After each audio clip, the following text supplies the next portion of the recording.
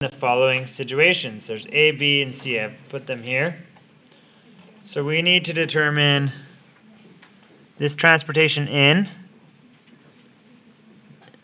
this purchase discounts, the beginning inventory, and these two numbers, and our cost of goods sold. So let's think, we're going to kind of logic our way through this.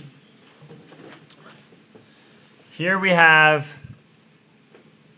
$92,000 in purchases.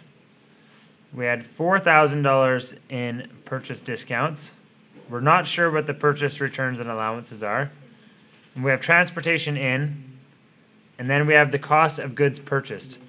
So the cost of goods purchased is essentially, well, our net purchases.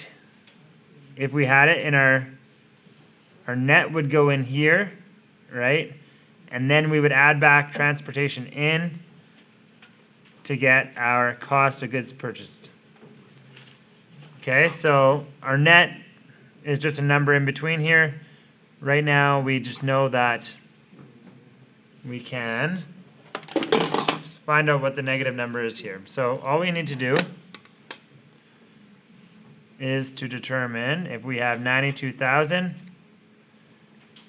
and we less 4,000 and we add 4,400, all we see is that it doesn't equal 89,400, it's 92,400. So what number would we need to less from this to make it equal 89,400? 3,000.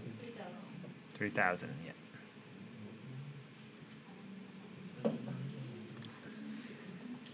And then we have our beginning inventory of 5,000, our cost of goods purchased of 89,400, and then we have our ending inventory of 4,400. So what would our cost of goods sold be?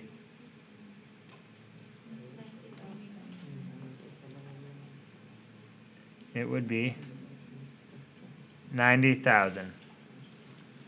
Right? Because we would, just like we did earlier, if we had our inventory, we started with 5,000. Oops. We have our inventory, we start with 5,000.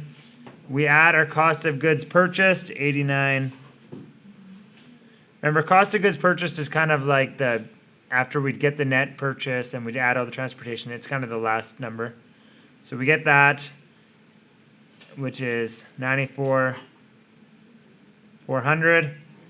And then we do a count and we see that we have a balance of 4,400 left. What do we need to do to our inventory here? What do we need to do to make it equal from 94,400 to 44,400? Or to 44,400? Yeah, we would need to credit 90,000. And when we credit 90,000 in that adjusting entry, we would debit our cost of goods sold.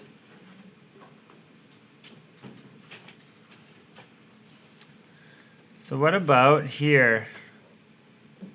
What is the purchase discounts here?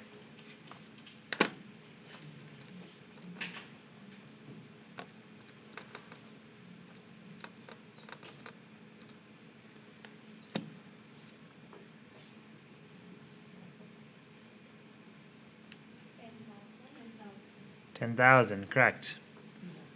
Right? Because this without that is 166, but we know that it will be 156. And what about this amount here for beginning inventory?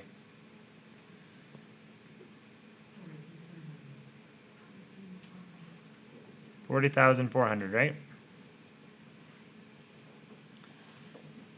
Exactly.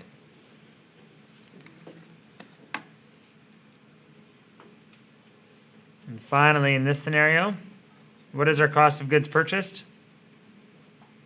This is the easiest one yet. 129,000, right? It's right here. And so 129,000 plus 34,000 equals 163,000. So what would our ending inventory be if we had only 136,520 left?